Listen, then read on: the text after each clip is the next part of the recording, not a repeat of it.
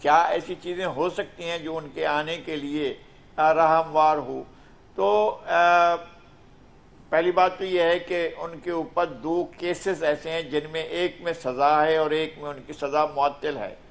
اچھا، اس کے ہوتے ہوئے جب پاکستان وہ لینڈ کرتے ہیں اس وقت جس طرح سے جنرل پرویز مشرف کی حکومت ہے اور انہیں لوٹا دیا گیا تھا، اس بار شاید لوٹایا نہ جائے یا کوئی اور طریقہ کار اختیار کیا جائے، یا یہ کہ وہاں سے اس وقت بھی جبکہ وہ سزا یافتہ اس وقت بھی تھے اور اس وقت بھی انہیں عمر قید کی سزا ہوئی تھی جب یہاں سے چلے گئے تھے اور جدہ میں چلے گئے تھے۔ میں نے جدہ میں ان سے ایک بہت طویل کوئی 7-8 گھنٹے سے بھی زیادہ کی ان کے ساتھ ملاقات کی تھی۔ اس ملاقات میں بھی وہ ان نے کھلنے کا جب فیصلہ کیا کہ کھل کر بات کرنی ہے تو انہوں نے ماحول ایسا بنا لیا کہ پھر مجھے اس کو نوٹ نہیں کرنا تھا، جتنی انہوں نے اجازت دی اتنی باتیں میں نے نوٹ بھی کی تھی، رپورٹ بھی کی تھی۔ تو میں یہ سمجھتا ہوں کہ وہ مختلف چیزوں پر کام کر رہے ہوتے ہیں اور ان تمام چیزوں کے پھر نتائج کے بارے میں فیصلہ کرتے ہیں، جج کرتے ہیں کہ جناب یہ چیز یہاں سے ہو سکتی ہے۔ میں ایک بات اور بھی سوچ سکتا ہوں کہ یہ تاریخ آگے بھی جا سکتی ہے، یہ نومبر میں بھی جا سکتی ہے، لیکن ہمیں اس پر بلیو کرنے کے علاوہ اور کوئی چارہ کار نہیں ہے کہ ان نے یہ 21 تاریخ دے دی ہے تو ہمیں یہ سمجھنا چاہیے کہ وہ 21 تاریخ کو ہی آئیں گے، لیکن اس بات کا امکان موجود ہے کہ یہ تاریخ نومبر میں چلی جائے۔ ہو سکتا ہے فلائٹ کینسل ہو جائے، کوئی اور معاملات، تکنیکی معاملات بھی آ جائیں، مگر ایک چیز میں ویسے کلیئر کر دوں بینگ اے کورٹ رپورٹر کہ 2 کیسز ہیں۔ ایک میں اقامہ والے کیس میں تاحیات نااہلی ہے ہوئی تھی ان کی، اور پھر وہ سپریم کورٹ کے نظر ثانی کے مرحلے پہ بھی وہ تاحیات نااہلی اور اقامہ والی نااہلی برقرار رہی تھی، مگر اس کو پھر وہ پارلیمنٹ نے قانون پاس کر دیا، 62(1)F کی نااہلی 5 سال تک کر دی، تو وہ تو آف سیٹ ہو گیا وہ سزا۔ دوسری جو اپیل ہے اس کے اندر اسلام آباد ہائی کورٹ نے مریم نواز کو ضمانت دیتے ہوئے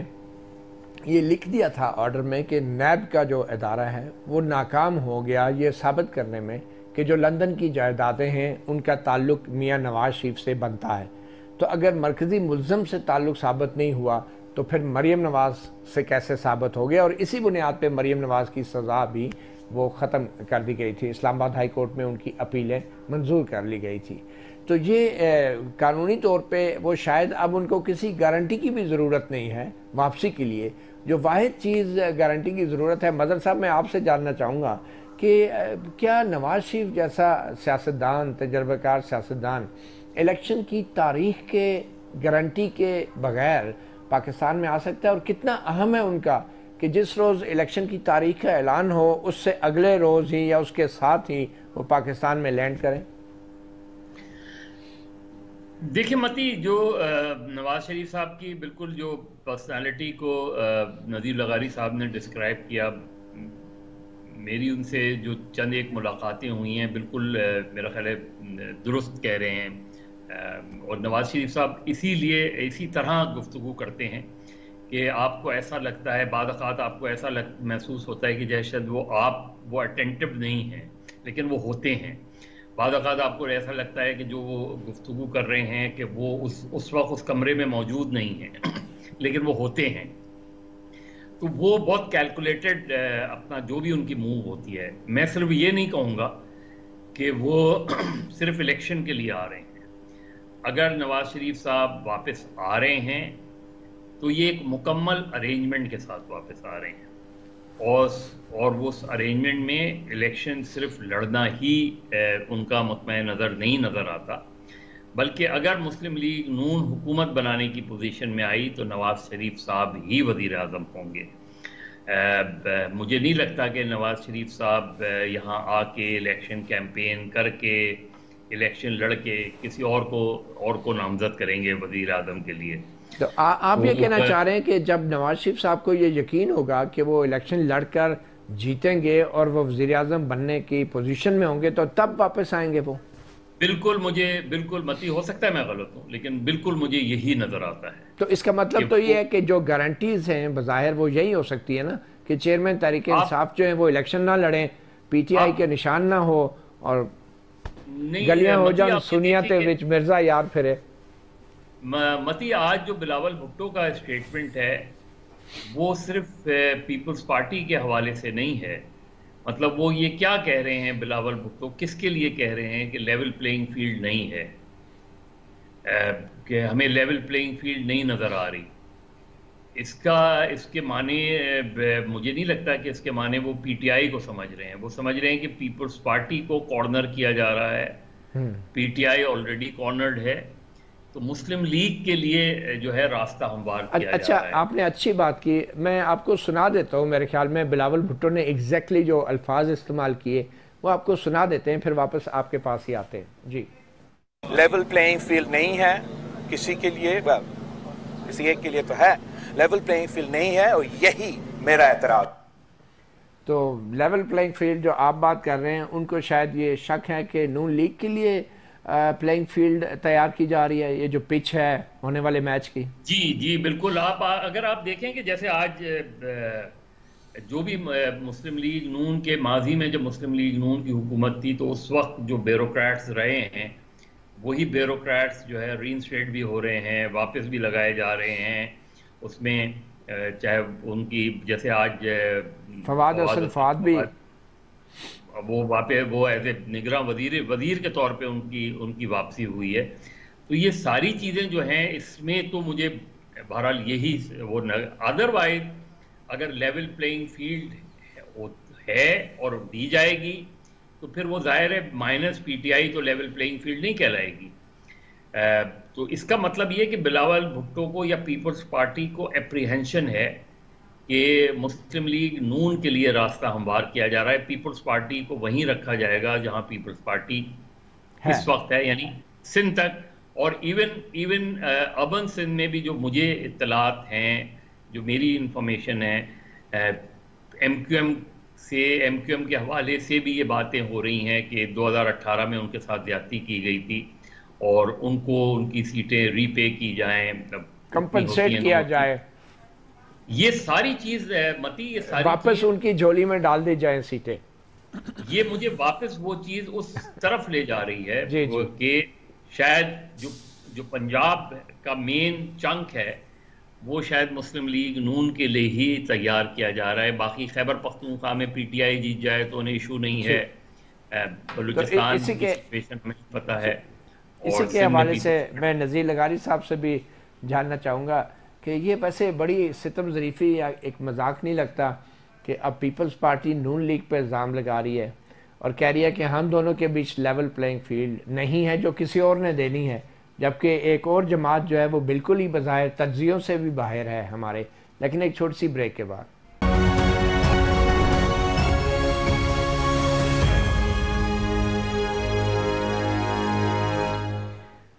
ویلکم بیک. صحافی پروگرام میں دو سینئر صحافی مظہر عباس اور نذیر لغاری صاحب ہمارے ساتھ موجود ہیں. نذیر لغاری صاحب, وقفے سے پہلے مظہر عباس جو بلاول بھٹو کے بیان کا حوالہ دے رہے تھے کہ لیول پلینگ فیلڈ نہیں دی جا رہی, اور شاید بقول مظہر عباس صاحب کے بلاول جو ہے نون لیگ کی طرف اشارہ کر رہے تھے کہ ان کے لیے راہ ہموار کی جا رہی ہے. تو آپ کے خیال میں کیا یہ ایک عجیب بات نہیں لگتی کہ جو ایک اور سیاسی جماعت ہے جو ابھی پچھلے دونوں ہی حکومت میں بھی رہی بلکہ پچھلے چند سالوں میں, وہ تو ہمارے تجزیوں میں بھی نہیں ہے, تو کیا اس کے لیے لیول پلینگ فیلڈ ہے؟ اور میرا اشارہ تحریک انصاف کی طرف ہے. جی بالکل, آپ کا اشارہ پی ٹی آئی کی طرف ہے اور ہر آدمی یہ سمجھ رہا ہے. ایک تو یہ ہے کہ اس نے اپنی لیول پلینگ فیلڈ جو ہے خود ہی اس کو منیمائز کیا, اس کو اور زیادہ خود کم کیا ہے. اس کے بعد بہت بڑی فیلڈ رہی, اس کے بعد بہت بڑا اسکوپ رہا, بہت بڑا میدان رہا. اس سے اتنی زیادہ سنگین نوعیت کی غلطیاں کی اس نے یا اس سے کرائی گئیں, اتنی زیادہ غلطیاں تھیں کہ اس میں ہوتے ہوئے کسی پارٹی کا اس طرح سے سیاست میں ہونا بھی بڑا عجیب لگتا تھا.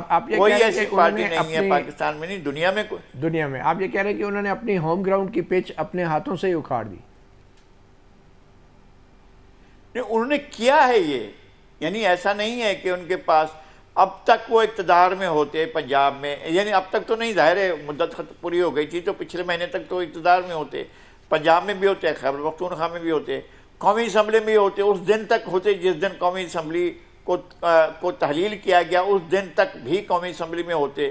اور جب حالات بدلتے ہیں تو یہ بھی ہو سکتا تھا کہ کوئی کسی پلٹے میں وہ خود بھی واپس آ جاتے، یہ بھی ہو سکتا تھا، لیکن انہوں نے غیر سیاسی عمل کے ذریعے، چونکہ غیر سیاسی تھے، بنیادی طور پر میں انہیں کبھی بھی سیاستدان نہیں سمجھ پایا ہوں، یہ ایک ان کے لیے مسئلہ تھا۔ لیکن جو پیپلز پارٹی کا اپریہنشن ہے اس کے بارے میں مجھے ایک بات کا اندازہ ہے کہ یہ ٹھیک ہے کہ کیونکہ اقتدار آخری مدت کے دوران جب 2017 میں میاں نواز شریف کو ہٹایا گیا، انہیں اصولاً 2018 میں جانا تھا، اور زرداری صاحب شاید مظہر صاحب تھے یا نہیں تھے، کچھ اور دوست ہوں گے، جب انہوں نے پرائم منسٹر ہاؤس میں نواز شریف صاحب نے ایک دعوت کی تھی زرداری صاحب کی، اس میں کچھ صحافی حضرات بھی تھے، میں بھی تھا، ان میں 4-5 لوگ تھے بہرحال، تو اس میں انہوں نے یہ کہا تھا زرداری صاحب نے کہ ہم آپ کے بارے میں 4 سال تک کچھ بات نہیں کریں گے، اور آپ کے اندر ہم ایوان کے اندر بات کرتے رہیں گے، لیکن 4 سال کے بعد پھر جب ہم آئیں گے تو آپ کے ساتھ آپ کے حساب کتاب کے لیے آئیں گے کہ اب ہم آپ بتائیں گے کہ آپ نے 4 سال میں کیا کیا ہے۔ لیکن اس سے پہلے کوئی اور ہی ہو گیا، اور پاناما آ گیا، اقامہ آ گیا، تو وہ ان کو بات چیت کرنے کا یا ویسا وہ کرنے کی ان کو مہلت بھی نہیں ملی۔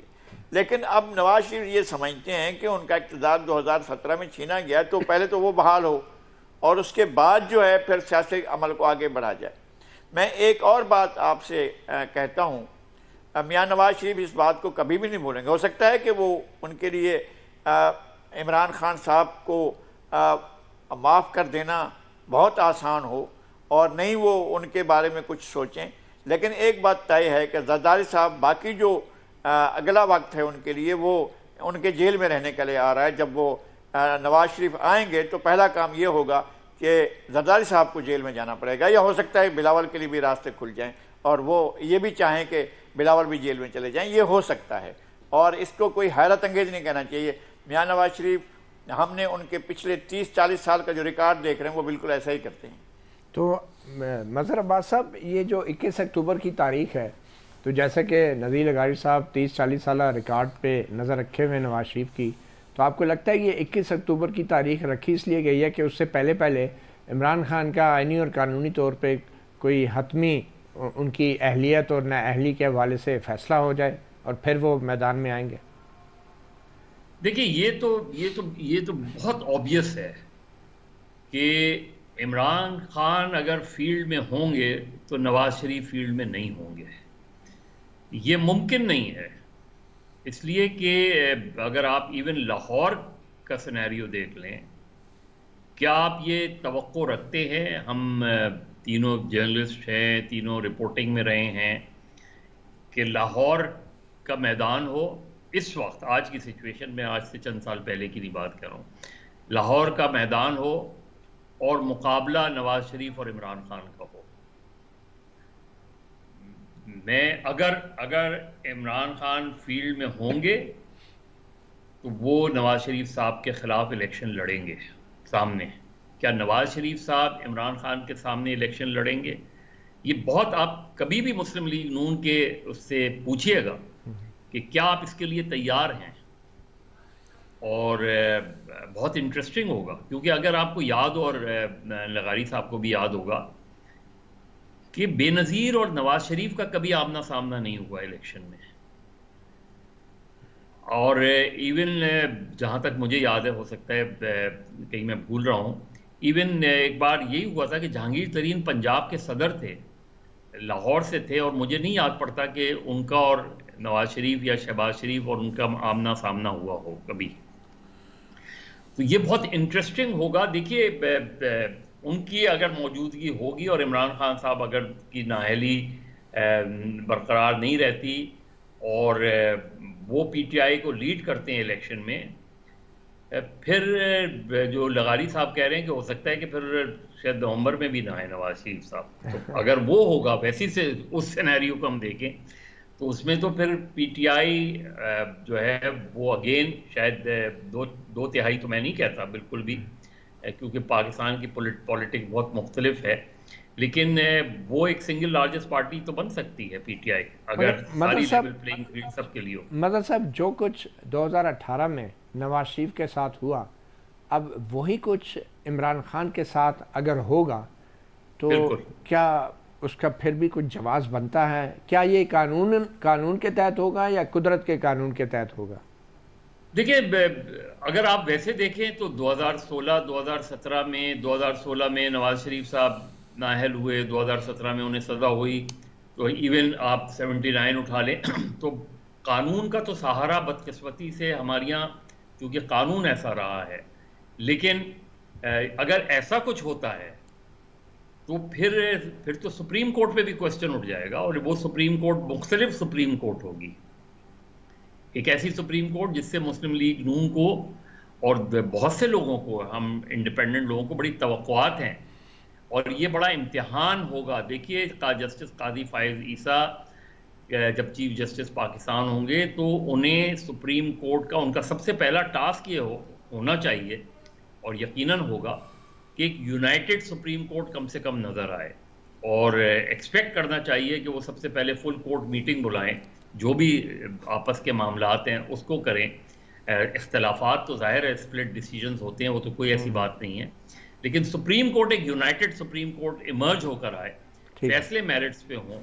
مگر بہرحال جیسے دیکھیں نذیر لغاری صاحب نے کہا کہ عمران خان نے خود ہی اور ان کی جماعت نے اپنا بہت بڑا نقصان کیا، اپنے ہاتھوں سے اپنے نقصان کیا، تو قانون کے تحت تو اگر ان کو عمران خان آؤٹ ہوتے بھی ہیں اس انتخابی ریس سے تو اس کو میرے خیال میں سیاسی رنگ تو پھر بھی نہیں دیا جا سکے گا، اور اس میں سپریم کورٹ کے امتحان کی تو کوئی بات نہیں ہے. اگر تمام شواہد کی بنیاد پہ عمران خان نااہل ہوتے ہیں، اگر شواہد اور ثبوت کی بنیاد پہ اوپن اور فیئر ٹرائل کے بعد، آبویسلی. دیکھیے متی، یہی سب سے بڑا ہمارا ایشو ہے اس وقت. بہت سے لوگ اس وقت بھی یہ باتیں کرتے تھے. میں وہی کہہ رہا ہوں کہ آپ نے سب سے پہلے تو قانون کی حکمرانی قائم کرنی ہے، اور قانون کی حکمرانی ہمارے یہاں ایک پولرائز ماحول میں بہت مشکل نظر آتا ہے کہ ہم صحیح معنوں میں قانون کی حکمرانی قائم کرنے میں کامیاب ہو جائیں جس پہ لوگوں کا ٹرسٹ ہو کہ ہاں یہ فیصلہ آیا ہے، چاہے میرے لیڈر کے خلاف آیا ہے لیکن درست فیصلہ نظر آتا ہے.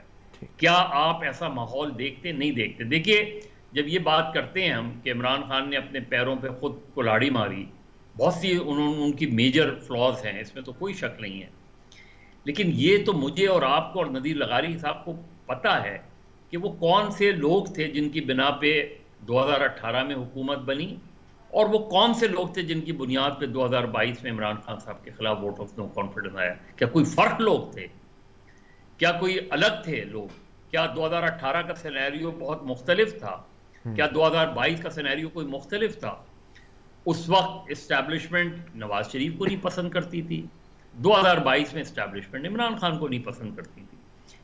اس سے پہلے ان کے بھی تعلقات بہتر تھے، اس سے پہلے ان کے بھی تعلقات بہتر تھے. تو پاکستان میں جو پلیئرز ہیں وہ پولیٹیکل پلیئرز نہیں ہیں.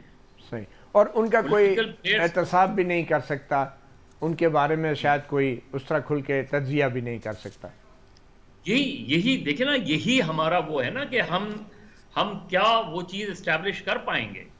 تو آئیڈیل سچویشن تو یہی ہے کہ بالکل اگر چاہے نواز شریف ہوں، آصف علی زرداری ہوں یا عمران خان ہوں، اگر ان پہ جرم ثابت ہوتا ہے تو انہیں سزا بھی ہونی چاہیے اور انہیں نائل بھی ہونے چاہیے، اور اس پر سب کو یقین بھی ہونا چاہیے. وہ یقین کیسے آئے گا؟ وہ یقین ہم کیسے اسٹیبلش کریں گے؟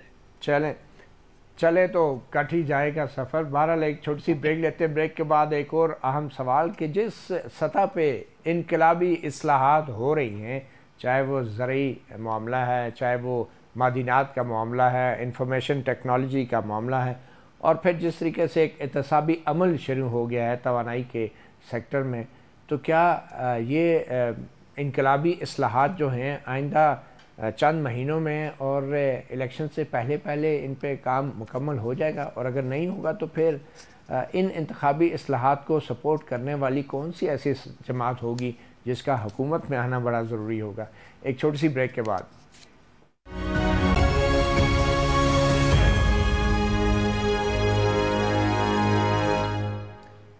ویلکم بیک صحافی پروگرام میں. نذیر لغاری صاحب، جیسے وقفے سے پہلے ایک سوال اٹھا کہ کیا یہ جو انقلابی اصلاحات ہو رہی ہیں اس سے تو نہیں لگتا کہ 3 مہینوں میں یا فروری تک بھی الیکشن ہو جائیں گے؟ کیونکہ اگر ایسا ہوتا ہے تو یہ جس بڑے پیمانے پہ اصلاحات ہو رہی ہیں تو ان اصلاحات کو لے کر آگے جانے والی کون سی ایسی سیاسی جماعت ہوگی کہ جو فوری طور پہ الیکشن میں بھی اس کا جیتنا بہت ضروری ہو جائے گا آپ کے خیال میں؟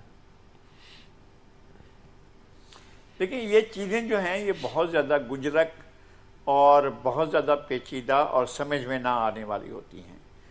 ایک تو پہلی بات یہ ہے کہ آپ کی ادارہ جاتی ساکھ کا مسئلہ ہے کہ ہمارے یہاں جو وزارتیں ہیں جو محکمے ہیں وہ ڈیلیور نہیں کر پا رہے ہیں.